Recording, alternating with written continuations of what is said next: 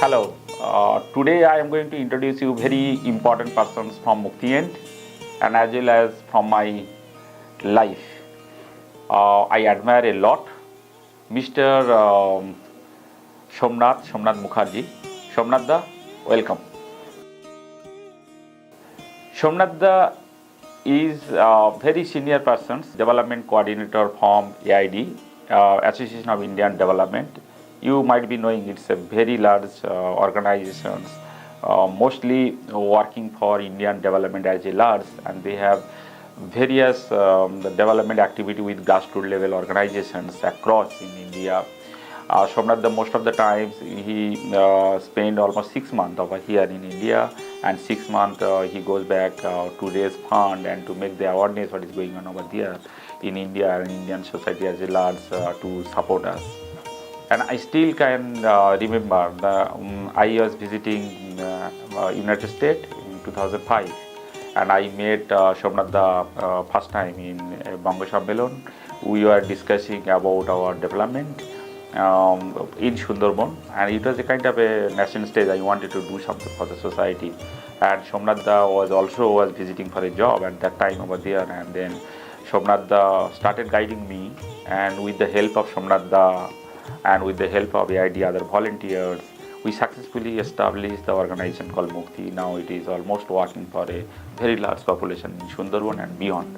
So with that, I am going back to Somnath. Somnath, if you can tell us from your philosophical point that you not only in Mukti, you are also supporting many other organizations, right, in India.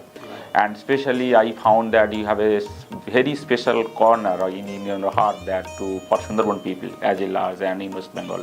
So and you spend a lot of time with them. So with that, your empathy, if you and the journey, if you can spend some time on that, so it will be good to know our dialogue probably when the volunteers from AID or Muktis who will be listening us, so they could know it because it is hardly discussed, right? And we can. Right. No, like Shankar said, we met in 2005 in New York, and he talked about the work he was thinking of doing, about the general idea of working for the society in Sundarbans. And actually, a few months after I met with you, Shankar, when I came to India, I visited Sundarbans. At that time, the bridge to the island where Mukti is working was not there, so we had to take boat, powered boat from Raidighi to the Gangar Ghat, I think, and that would take 2 to 3 hours depending on the direction of the tide. And now it takes about 45 minutes, maybe by. So things were quite different, and when I went, there was no agenda. Actually, it was just about visiting, and why I say this is an important part of our how we work in AID. So we don't go to places with the idea of that we are going to give or we are going to because such processes don't exist. It is always a give and take. So this was for me actually all taking process, understanding Sundarbans, connecting to some people, beginning to understand. And then we kept in touch with Shankar. We had a lot of discussions every now and then, including within work time, because this was so important to both of us. We discussed taking time away from our jobs, and we visited sometime. Shankar also came, we discussed. And then, about 3-4 years went by, and in 2009, a big cyclone, Aila, which is a sort of a watershed movement in the history of Sundarbans, struck. And then, we jumped in to support the work that Mukti was doing on the ground.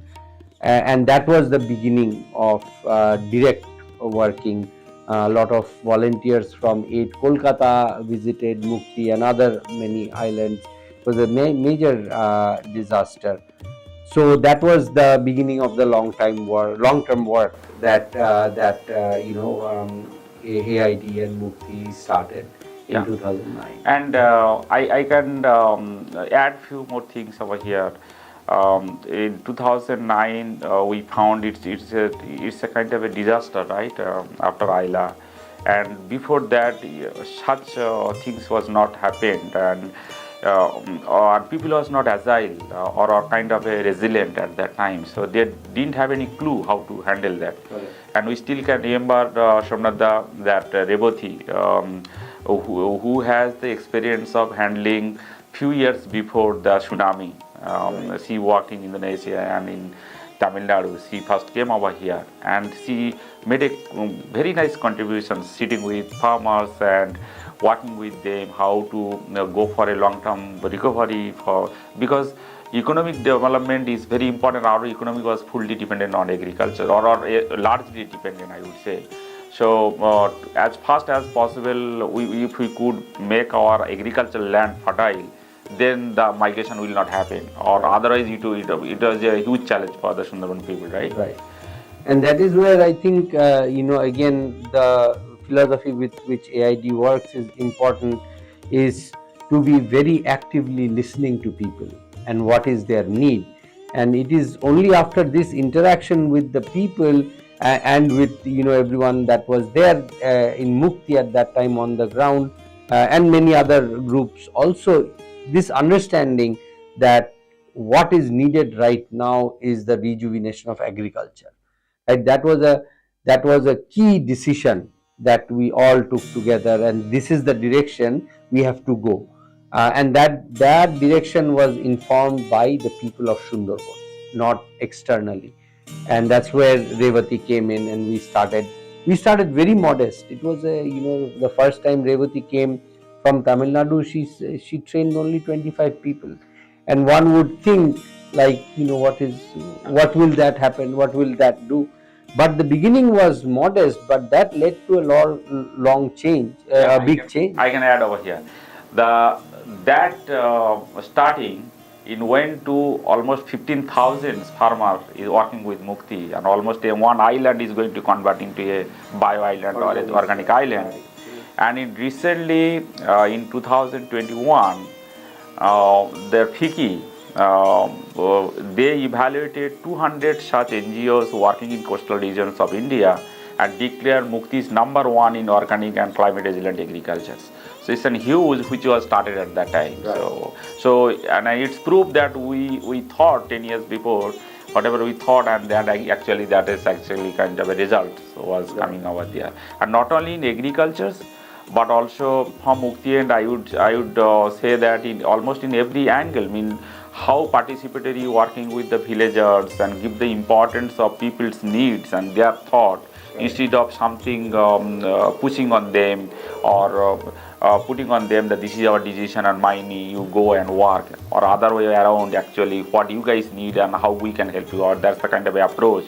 And then I can still remember that Somnath spent most of the time not with the Mukti officials but with the farmers, with the villagers to understand. And then villagers never that distinguish that Somnath is from AID or from a different organization, right? Exactly. And I was actually also going to come to the same point, that when we worked on the ground, there was no tag of Mukti or AID, or it was about the people. I was with everyone who was working in Mukti, and we would travel days on an end through the villages. We would walk, we would travel on cycle, sometimes on the vans, but in like sometimes in very hot sun, sometimes in the rain. But the idea was just to keep going to the people, because the insights of what works, what doesn't work, that is where it lied. And that was a very, very important for all volunteers in aid. Also, this is a very key fundamental philosophy with which we work, that it is not about AID, it's not about the organization. At the end, it's about the people, the society, and the living environment around it. And that has made a big difference in how we have work together as AID and Mukti without these Yeah, tags. this actually reminding me another one thing. In the if you can remember, Shabnanda, in 2005, sitting in New York, we were discussing that how we can build a team in ground because you and me in distance, so who will be working. And that worked. When we came back and we met the village people, and then we made a team from our ground team, and now they are a main change maker in the society, right? We can take 10 to 15 people's name, and you know them very well, right? They are the main force today. The change is happening in the ground, and people are appreciating, and a lot of responsibility is coming. So with that, Somnath, I'm coming into that Aila, the response and recovery experience which we gave, it helped Mukti, and we also worked together many such disaster, right? Say for example, you take their name as a Bulbul, as Amphan, and even at Yash. Those are kind of a cyclone and flood kind of in a nature. And in addition to that, recently that pandemic also, right? It was a kind of a deadliest combinations with Yash and our this pandemic. Correct. So it helped us. So our journey with AID, especially the dealing with the coastal people, their livelihood, and as a holistic disaster management, it was a quite nice, right? And then probably Somnath, you can add that how that the Sundarban islands are actually being submerged or being grabbed by the natural disaster or calamity which is happening in the last 10, 15 years or 20 years. In your eyes also you might have already used some technologies into it, so that if you can on the discussion they will understand about the ground reality. Right. No, definitely, Sundarban is on the front line of climate change.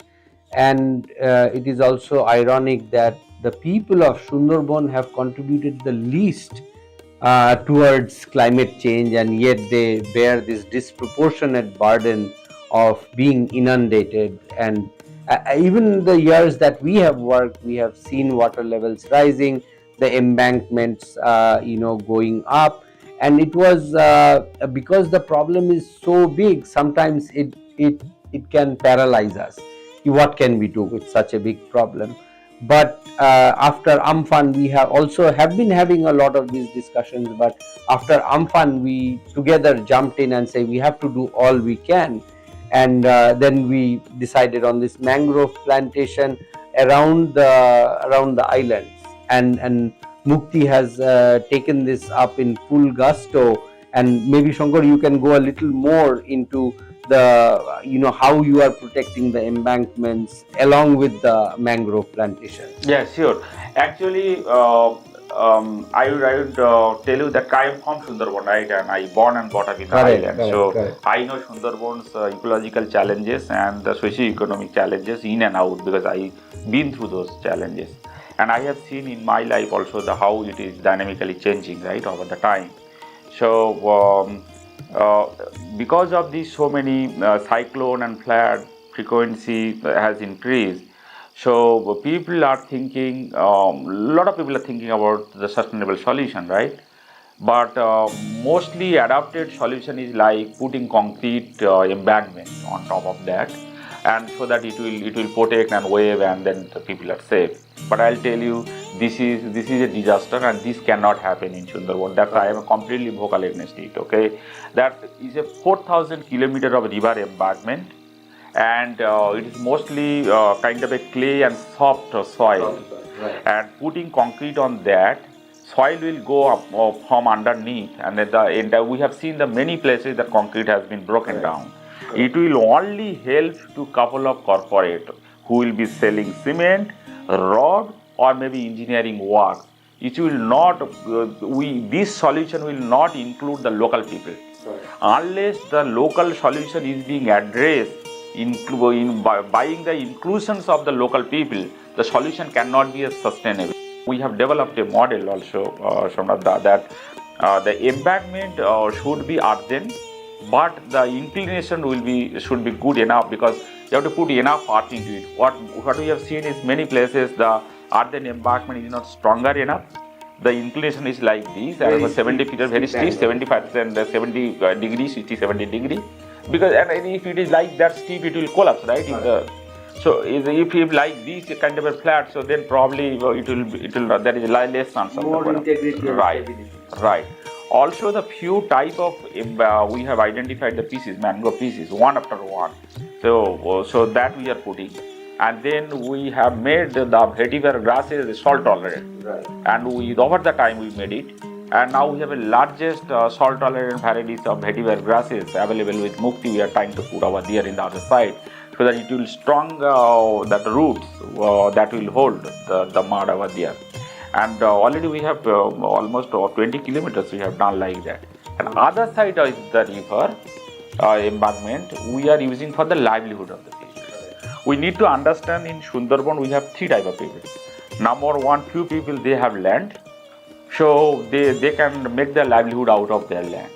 And another type and another section of the people who doesn't have land, they are actually maximum. They are the 66% almost the people.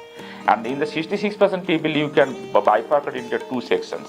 One section that dependent on catching crab, fish, going to collecting honey, going to jungles and like that. So it's been kind of a ecological dependent on environmental dependent livelihood, right? And another section of the people, they will be the migrated labor. They will be come out from there to Delhi, Mumbai, Calcutta, and some other places. Will be spending few months and then earning something and come back. That's the nature. So Mukti also is thinking along with the AID that how this migrated labor can be stopped, migration can be stopped, and people can live over there using this kind of a land embankment, other side of livelihood. And these people can also contribute to protecting the mangrove forest. So they protecting mangrove forest, protections of the river embankment, and that also can be converted into livelihood for the landless peoples who are actually migrating.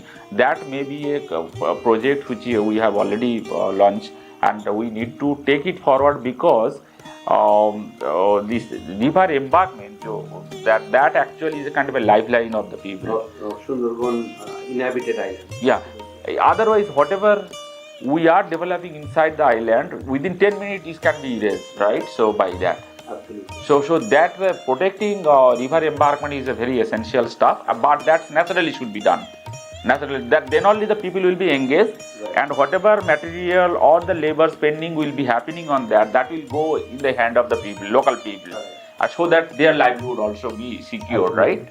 And this is where I think also the thinking of AID and Mukti is very, very similar, that we cannot, especially in India, we cannot protect the environment or the ecology without the people.